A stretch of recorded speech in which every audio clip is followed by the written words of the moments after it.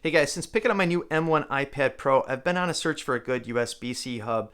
Now this is real important to me because I want to be able to attach my external SSD to copy pictures and videos from SD cards both onto my device as well as back them up using the SanDisk external SSD. Not to mention microphones and other things that I will want to be able to fully utilize my iPad Pro. That's one of the big upgrades for me coming from the older generation of iPad Pros is the USB-C port and all of what you can do with it. So I've been searching on Amazon and I picked this one up. It's called the RayRow. And I don't know where they come up with these names. It's kind of crazy. But I had a few must-haves. The one must-have, it had to have at least one fast USB-A port. It had to be small. It had to have both a standard and a micro SD card and a way to charge my iPad when I had it attached and to the hub. Now this one had a lot of promise. It was small. It had good reviews. One of the things, and I have to be able to use it with a case. A lot of these guys on YouTube, it's probably bad video because they look a lot cooler without a case, but I drop my stuff all the time. If you're walking around with this thing in your hand, it's only a matter of time, I think, is when you drop it. And if you've had iPads or iPhones, whatever, you know that these things dent on the corners or smash the screen. Sometimes both, but so it had to be, it had to work with the case being on my iPad.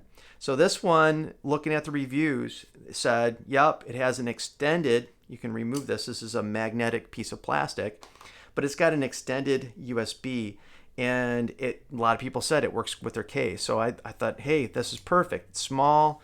It's going to work with my case. Here's the problem. Two problems, actually. One is this thing is so picky. If you just bump it a microscopic amount, it will come disconnected.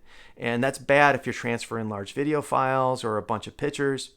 The other thing, since it's extended, it's like that cantilever effect, meaning that if you accidentally bump this thing, there's absolutely no support. This thing can easily twist and rip out, breaking the hub, which that's not the end of the world, but I worry about breaking the USB-C port within the iPad. And you guys know the way Apple makes these things. There is no easy fix for anything like that. They want you to buy a new iPad. So that's a big deal for me. And I probably had it disconnect 4 or 5 times over 2 days accidentally. And now I did take the case off, so I know not everybody out there is going to roll with the case on. Let me see if I can get my case off, and I can show you. Harder to do this on camera than it is. I'll show you how this attaches with this piece on. It's a little bit better. And it's got these little magnets, so you know when you have it right, it kind of pops right along there. Now, when you do that with this piece of plastic, you got a lot more support, right? Because it's gripping on the side, so it doesn't have that side-to-side flex. So if you guys are rolling without a case, this isn't a horrible option. I still am fearful a little bit about it, just getting bumped and broken off of there. So it is better, but to me, it's not ideal. It is nice. The advantage of that is it's nice. It's out of the way, so you don't have all these cables hooked up. But for me, that's a big no. I want something that I can use it with the case on, and I don't worry about breaking it off. Now, as far as transfer speeds, this one did pretty good. I'm going to go ahead and plug this back in now. Since this thing isn't the most stable, plugging things in while this is attached, almost impossible. You got to kind of like hold it, and about 50% of the times it'll come disconnected and you have to kind of re-secure it. It wasn't because I had it sitting in here with an SD card. It was because I had this in here and I had my external SSD card, and any kind of movement of the cable, it would come disconnected. So again, not the greatest design. And I'm going to show you guys some transfer speed. So this is with the SanDisk. I think it's a 3.2 Gen 2. It's got capable speeds of 1050, but I haven't gotten that out of anything, even just connecting this directly to it. I think the iPad itself might be capped at about 500 megabits per second, but let's see. So I'm going to go into my Files app here, and I will find something on my external, and I'm going to grab a big file, 2.5 gigs. I'm just going to go ahead and copy this. I'm going to hold press, copy, and I'm going to go to on iPad. Waiting for it. I don't know why there's a pause.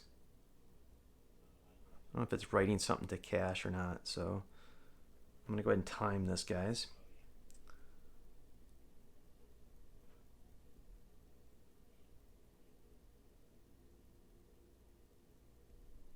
Six seconds, and that's about the same speed I was getting directly with the external SSD connected to the USB-C port directly. So that's pretty good. So there's no latency at all.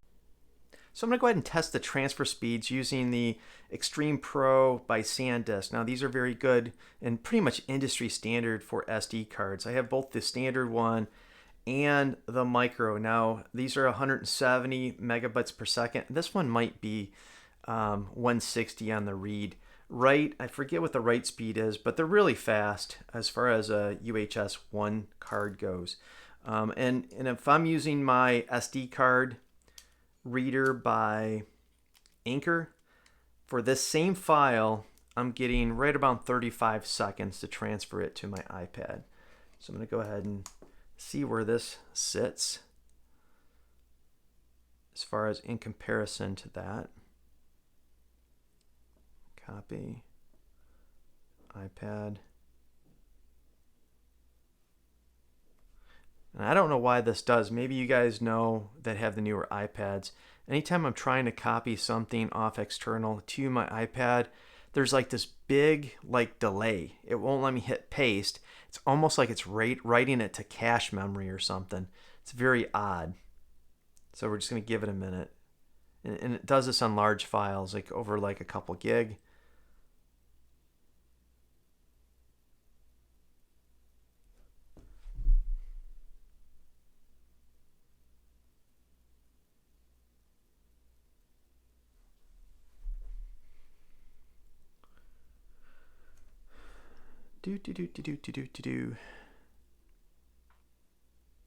And this isn't just because of this USB-C hub. I get the same delay if I'm connecting my Anchor SD card reader as well. It's odd. And it looks like it's hung up, but it's not. It's doing something in the background.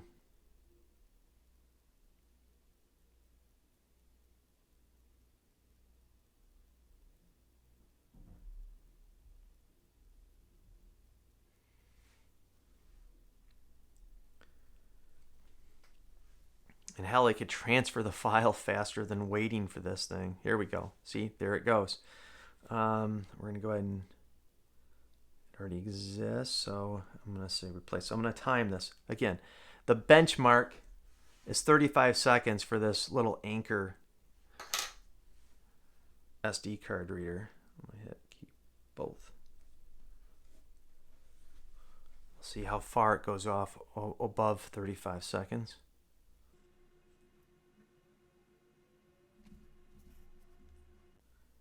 Okay, we're beyond 35 seconds. 40. Like half the speed of that Anchor card reader. 1 minute. Minute and 21. I'm trying not to take my eyes off because I want to stop it as soon as it gets at the complete status. There it goes. 133. So the Anchor SD card reader, 35 seconds for that same file. 1 minute and 33 seconds. So that's 3 times longer. That's just crazy. Crazy. That for me is enough not to buy this. So let's, I don't know, is it even worth doing the SanDisk micro SD card? You know what? Yeah, why not? I guess if you guys are interested, I have to be careful every time I pull this thing out because I'm able to take it out. It's just I'm worried about it breaking my port. So I got the same file on here. Let's see if it shows up. It does. I'm going to copy it. It's going to do the same delay, I'm sure.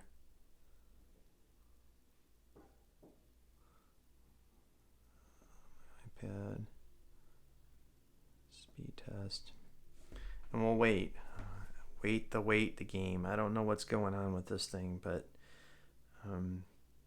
you know, now that we're doing this, I don't remember having the same issue connecting directly with the SanDisk. Now I do have the same problem with this Anchor USB reader, but I'm gonna have to test it out. I don't think I get this delay when I'm copying files with the SanDisk SSD. I could, maybe I just haven't noticed. This is all kind of newer to me, so it makes for long videos when I'm showing you guys. And if you're not having this problem with your iPad, guys, I'd love to hear that as well. Because I don't think this M1 is any different than the 2020 or even the 2018 as far as this goes. Still running the same Apple operating system, and the tablets are essentially the same.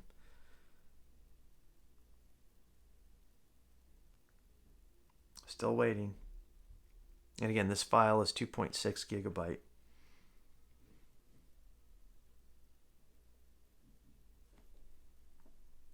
And it's just frozen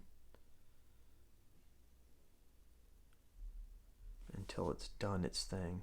Now, one of the big use cases that I'm planning to use this hub for is to do a backup.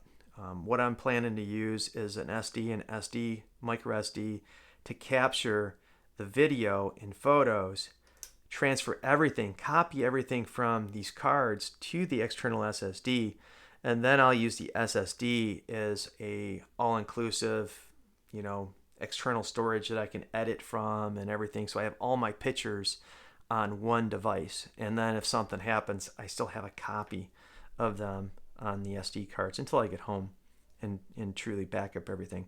So now I'm going to go ahead and do a paste. And I'm guessing those cards are almost exactly the same as far as performance. So thinking it's going to be a minute and a half too. So let's keep both. I don't see why it wouldn't be any different, but we'll see. That's pretty piss poor performance if that's the case. Now, again, I've done tests with the SanDisk connected to that, and it didn't slow it down at all. It was the same speeds that I've been getting directly connected, which is about 400 to 500 megabytes per second.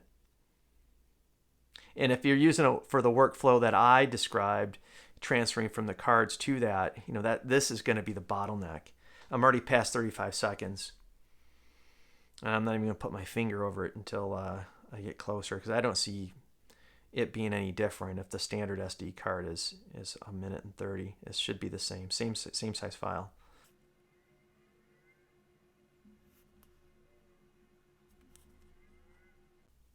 Okay, I'm coming on to a minute and a half here. It's even taking longer. There it is. Minute and 39. So very, very similar as far as rates between those SD cards. Pretty pathetic, guys. Pretty pathetic. Now, it does charge. I'm not going to test that here, but if you connect to USB-C, it will charge. At what rate? I don't know. I just usually use the factory Apple charger. I think it's a 20-watt charger. And for the last test, since I have this already connected, I'm going to do a transfer from the SD card to the SSD. And let's see. Now, since I'm afraid to break this, I'm going to pull this out first.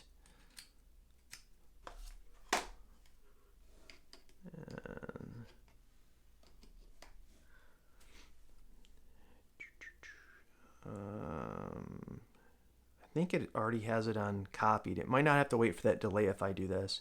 So I'm going to say reset.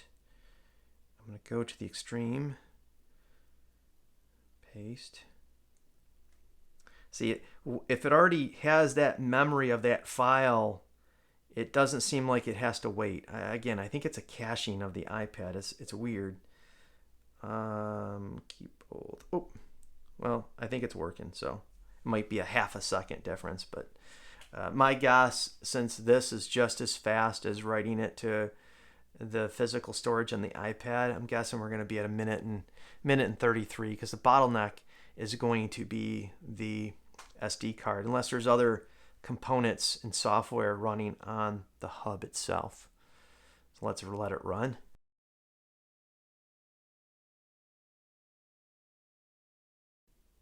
Now, to clarify, I mentioned that I was breaking the connection while I was using it. Transfers like this, if you're on a flat surface, if nobody's moving this, I never had a problem. The problem that I had is if I'm laying in bed or I'm sitting on the chair trying to use this device, if you bump it at all, that's when I lost the connectivity. So just wanted to clarify that.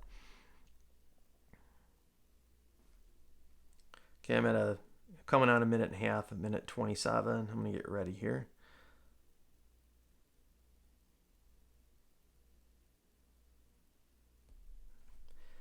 So a minute 35, essentially the same time that it would take to transfer from the SD card to the iPad. It's taken to transfer to the external SSD.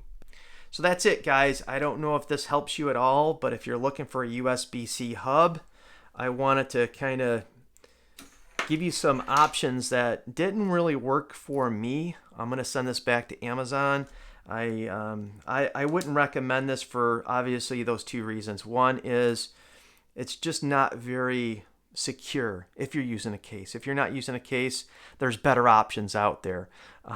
So I don't recommend it for that reason. But the biggest reason, well, I guess they're both big, would be the transfer speeds on the SD card. A little slow for my liking. I like it to be about that 35 seconds for that same file size. Let me see what that comes out to be. So we got, I think it was 2.6, 2,600 megabytes. And let's divide it by, I think it said a 90, I think it was 95 seconds divided by 95. So 27 megabytes per second, and that's pretty poor, very poor. So unfortunately, yeah, not great. A reason in itself not to buy this, because really that's one of the bigger reasons you're purchasing this. So hope it helps you guys if you're trying to make your choice out there. I do have another video that I'm gonna post, because this was the first one. I purchased another one. It too didn't work out. So guys, that's it for this video. I hope this helps you if you're out there trying to search like I am for a perfect USB-C hub. Unfortunately, this isn't it. So thanks again for watching. Take care. Bye.